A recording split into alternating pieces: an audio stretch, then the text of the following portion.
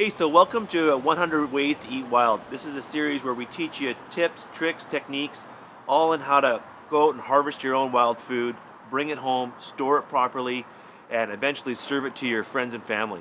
So in this episode, we're going to talk about cooking steaks, and we're lucky enough to team up with Chef Whittaker of Forge Restaurant and Timber Restaurant, and he's going to show us 3 different techniques on how we're going to cook steaks. So check it out.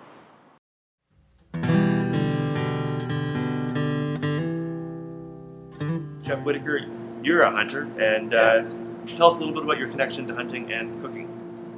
Basically, I've been a hunter since I'm 15. Started in Ontario, moved out here to embrace my career as a chef. Hunting's always been a part of what I do. It's important for me to know where my food comes from, both agriculture, fishing, and hunting. So all I do at home is hormone antibiotic-free meats, and the best way to do that is hunting. You take such care to harvest the animal prepared in the field. You want to make sure it's prepared right for your family so everyone enjoys it. Excellent. Yeah. So today we're going to work on something that's particularly challenging for lots of people, and it's cooking a steak so it's absolutely perfect to serve. One of the challenges I've seen over the years is game meat can be challenging and dry out quickly. Yeah. And you're going to tell us, show us, I think, 3 different methods today. Yeah. How we can avoid overcooked steaks and serve an awesome steak to our friends and family. Absolutely. There's 3 ways we could do it. A lot of people will go on the barbecue, but for most of the season out here on the West Coast, we're going to show you how to do it in your home. 3 methods we're going to do is a conventional sear in the pan. We're going to do a sous-vide method, which is sort of a new technique where you vacuum seal the steak in a bag and cook it in water bath to a specific temperature. The other way is a reverse sear, so we're going to try that, which is the same sort of principle as sous vide, but way less costly. So we'll show you how to do that, and I've had great success with that method of cooking as well. Awesome. This is going to be a lot of fun. Yeah. All right. So what we'll do here is Chef's going to walk us through the 3 different techniques, and we'll get going on that. Okay, Chef Whittaker, we got this beautiful piece of meat here. It's a loin chop from a mule deer from the 2015 season. Yeah. Tell us what you're going to do with this one. This is going to be our conventional sear steak. So we're just basically going to season it up, sear it hard to medium rare, and we're going to pull it off and let it rest. Before we season it, though, you can see there's a bit of moisture on the steak. It's always important for me and anyone searing a steak to just remove any of that moisture before you season it. Because what that's going to do is it's going to boil in the pan. Okay. So you want to dry your steak off. You could use your paper towel if you don't want to use your wife's good dish rag or whatever, but fortunately in the kitchen we have plenty of those available. We're going to do a really basic seasoning, salt and pepper. And for me, when a steak is caramelized properly, that's all you need. You don't need all these steak spices and all these kind of things. But you want to season fairly liberally, and you want to push your seasoning into the steak as well. We're going to do a couple more flavorings to the steak. We're going to do a little bit of fresh garlic and a stick of rosemary for later on when we start butter basting the steak. So now we can take it to the pan. Awesome. So we've got our steak seasoned. It's sort of at room temperature. We've left it out before we seasoned it. Your first step is to get your pan sort of medium-high hot. I'm going to use 2 kinds of fat in here. First, a neutral fat like a grapeseed oil or another high-temp cooking oil. And we're just see how it's smoking. We're just going to get our steak into there and get it searing. Now you're going to want to let that go for a couple moments on one side. And I like to just try and make sure that we move the fat around and try and keep it on that one side with only one flip, and then we're going to baste while we sear the other side. So you don't want to be pushing on it with your fingers. You don't want to be tearing at it with tongs when you flip it. A flipper or a large spoon is what I like to use. So I think we're getting pretty close on our one side.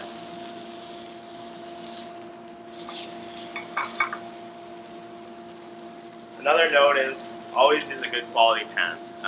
Cast iron is the way to go. You use a non-stick Teflon pan. You're going to drop heat very quickly, and you're not going to end up with a super great product. So we got it on the second side. We're going to lower our heat just a tiny bit. We're going to introduce our garlic and our rosemary. And then we're going to introduce our other fat. So we're just going to use some unsalted butter here. And in it goes. Another thing is, don't crowd your pan with tons of steak, because then you'll get a boiling action, which is really undesirable. This pan would probably fit 2 steaks in it, and then you would just do a second pan. So all we're going to do is let our butter get nice and foamy here, and we're going to slowly just spoon that over top of the steak. And it's going to release the oils in the rosemary and the garlic. And that's how we're going to introduce fat to our lean steak without boiling it away or letting it get dry with the dry cooking method, like on the barbecue. And what this butter does too is when it browns with the steak, it gets this really beautiful nutty characteristic as well.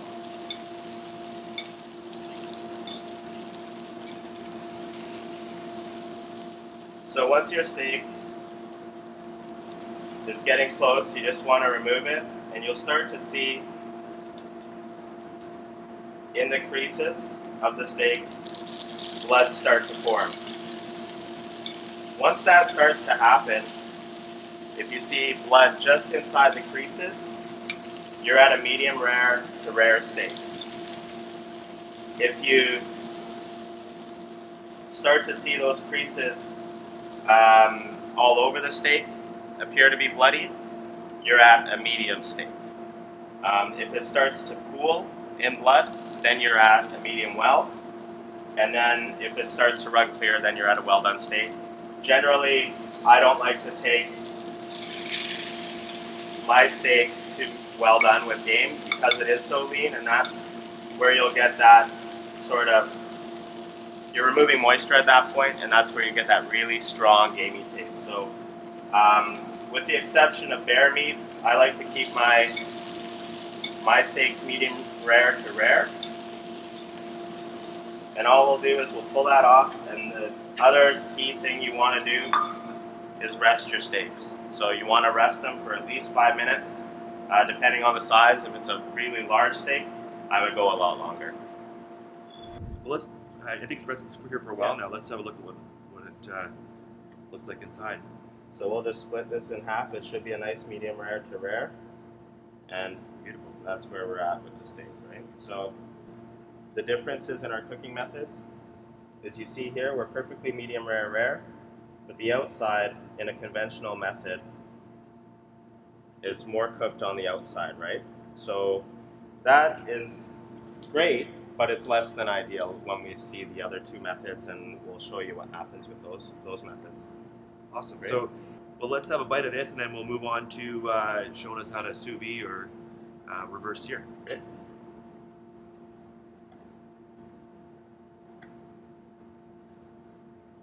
One thing I also like to do when we cut a steak is just to re-season it a little bit. We season the wounded meat in restaurants, and that's one sort of technique to show you.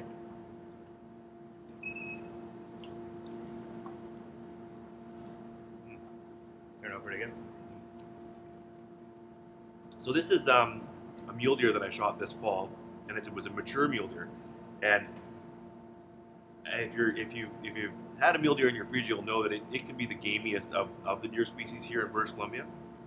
And I kind of had this one pegged as sort of the gamey one in my freezer this year. Yeah. But this is excellent. Awesome. There's no game left in this at all, or gamey flavor left. Great. I think, good job. Well, looking forward to seeing what else we're going to do today. Awesome. Thanks. Awesome. So this method we're going to do is called a reverse sear. We're not going to season the steak at all just yet. We will dry it off though. And all we're going to do is get it on a rack and get it into the oven. The oven's set at like about 200 to 225 degrees.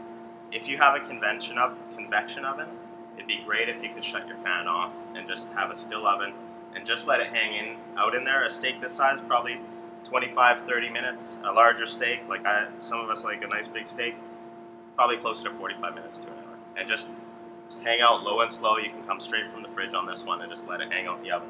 So that's all we're gonna do. Okay, so it's been a little while. Yeah. And we've got that little steak in the oven. Yeah. So we're gonna pull that steak out now. So one thing everyone says when you do slow cooks on steaks is, well, you're gonna lose a lot of moisture, right? If you can see this pan, we've lost no moisture from the steak. It hasn't boiled away. We're in fact gonna dab some of the residual moisture that's off, and we're gonna season it hard again. So basically this steak right now is sitting at pretty much like a rare state, but it's warm all the way through, so we're not battling to get the temperature to the middle of the steak like we did with the conventional method. We're gonna go straight ahead and season this up and get it in our pan. So again, we're gonna hit it hard with salt and pepper.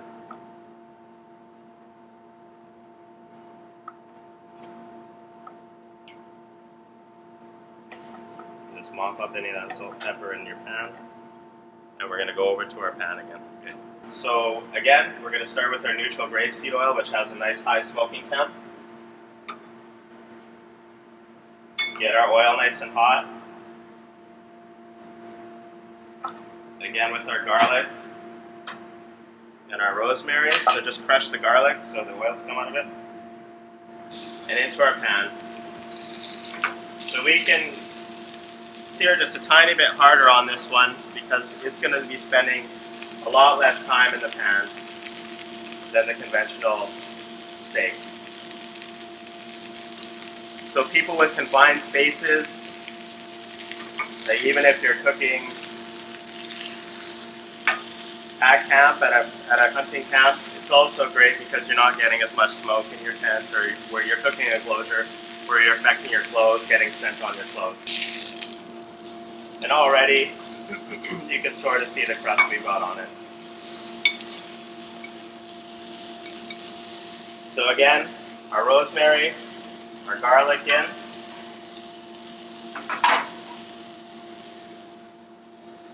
Once again with the knob of unsalted butter.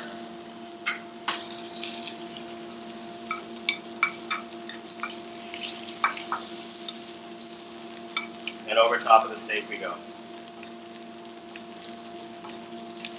And we basically just want to sear this one so it gets coloration on the outside. We'll heat up the surface a little bit with our butter. Release the oil from the rosemary and the garlic. Drop my towel there. And that one, much less time. We'll get it to rest for 5 minutes again. So this is an interesting technique because, I was taught by my father, you sear meat that seals the juices inside the roast or the steak, and then you try and get temperature into it, whether it's in an oven or in the frying pan after. So this is totally. So so we don't lose the moisture. Is that sort of an urban myth, or I should say a wild myth that we're talking game? I think you would if you threw that steak into the oven with a lid on it. It's going to steam and pull moisture. Having a couple steaks in an oven, a volume space of the oven where the air is moving a little bit, it's a very gradual temperature. It's not going to strip moisture from the steak, and I think that's where when I first tried this method, I was blown away by the results, and yeah, I'm super stoked to do it this way at home even. Awesome. Well, show us how you did. Beautiful. Yeah. So we could see probably could have used a little bit more rest, but you could see where it's less cooked on the outsides than it was with the other conventional method.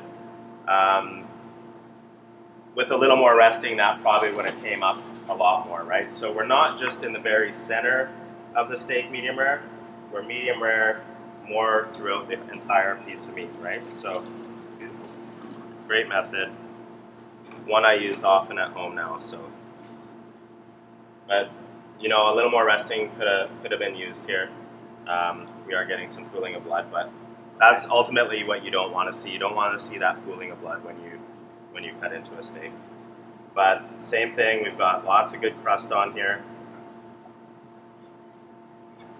Let's give it a try. We'll finish it with a little bit of salt here again. And with these gentle cooking methods, you're not stripping moisture, so that gaminess isn't coming through, right? So, Man.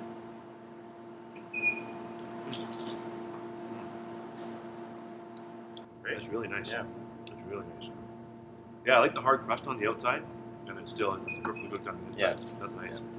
Okay, so we got one more method that we're gonna show these guys, and it's what are we doing? We're doing a sous vide method, so that'll be a really cool sort of different way of looking at it, but a lot of people are getting into doing it at home, and there's a lot of machines available, so we'll show you what that's all about next. Yeah, awesome. Yeah, I tried sous vide on an elk roast over Christmas, over the holidays, and it was like a miracle when the roast came out, so I'm looking forward to seeing it. Awesome. Cool. Okay, chef, this looks like anything but conventional cooking. Yeah. So what's going on here? It is. So this is a modernist technique that a lot of chefs are using, and now foodies are getting into it at home, and the markets realize that, so they're making little sous vide units or circulators for the home cook, and those can be purchased for under $200, I think. Okay, so just so they know what's going on here. Yeah. So this is hot water.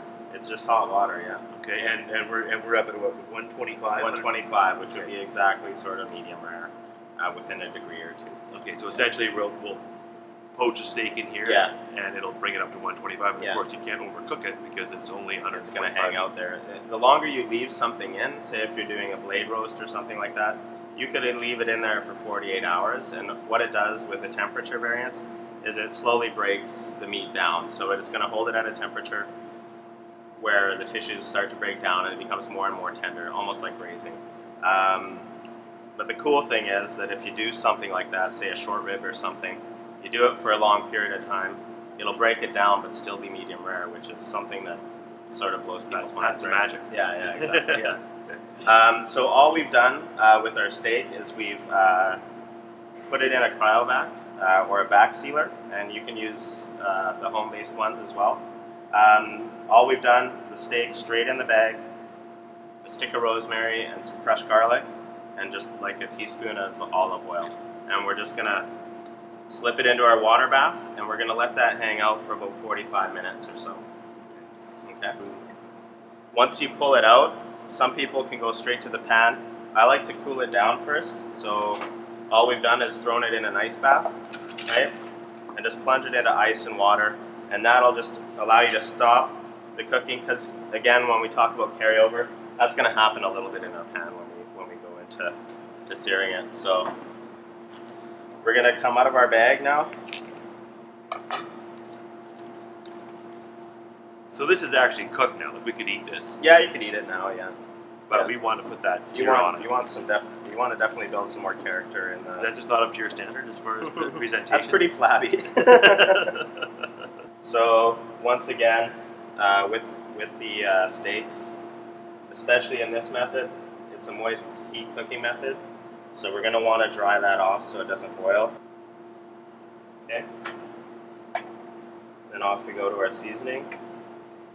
Again, you can add whatever seasonings you want, but for me, I like to taste the game meat.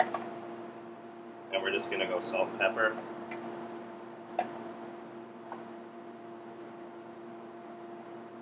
And be liberal. Great, now we're ready for the pan.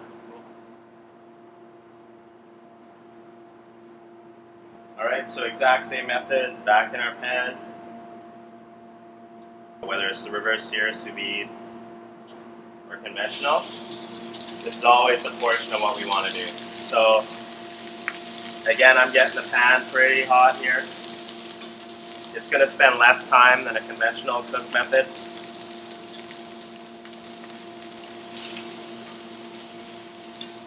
I like to just lift them up to get a little fat underneath, and then let them go.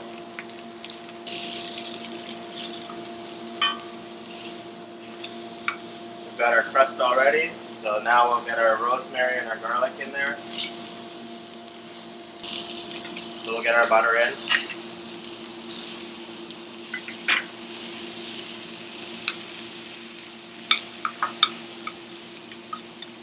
And away we go.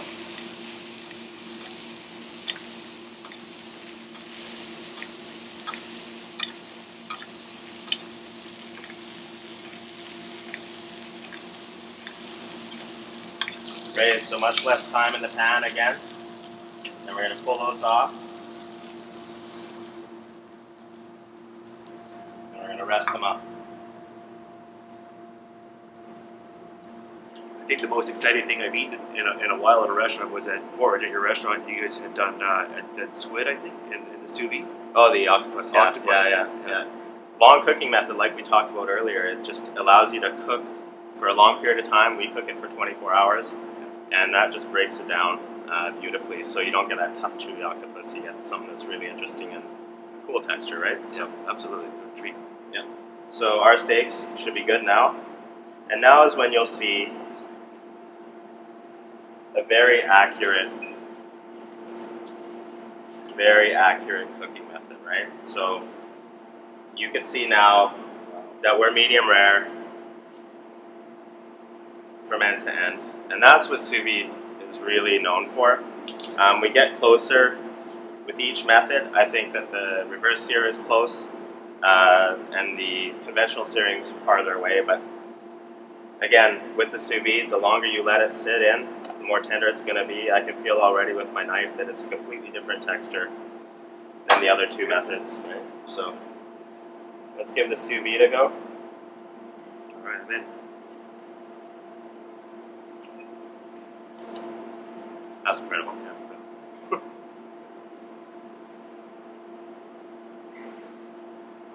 Yeah, that's a miracle. You're still getting that depth of flavor from the sear, the rosemary, the garlic, everything, and you just got a beautifully buttery tender steak. Amazing, and the longer you leave it in there, the more tender it's going to be. Yeah, exactly. Which is amazing. Yeah. So, oh, that's awesome. Well, that's Awesome. super helpful. Like, I think I'm certainly learning a ton here, and I hope everybody at home is learning a bunch. Yep. So maybe what we'll do, just sort of side-by-side comparisons of them all. For one last shot here. And you can see, I don't know if you can see with the camera, but we progressively get less cooked around the outside, and with the sous vide being the best result overall, right? So. Well, Chef Whittaker, this has been a really informative session for me, and I hope so for our audience at EatWild. They'll enjoy and learn a whole bunch of stuff about searing meat and being able to serve meat to their friends and family, and it being awesome. So thanks so much for helping out with this. Oh, it's my pleasure. My pleasure. So I hope we can do a few more of these down Absolutely. the road, and maybe we'll talk about what to do with when you got 800 pounds of ground moose in your freezer. Absolutely cool. I mean, we'll talk about roasts coming up soon. So. So for you guys at home, keep an eye on eatwild.ca. We'll be posting these videos on the blog. We've also got a YouTube site that you can check out and like or whatever you do, and follow us along. We do a whole bunch of workshops so you can help build your skills and confidence to go out and harvest wild food yourself. And hopefully we'll see Chef Whittaker. We'll be doing some dinner parties together and some workshops down the road. So for sure. Yeah. Awesome. Thanks so much again. Awesome. Great. Excellent. Thanks.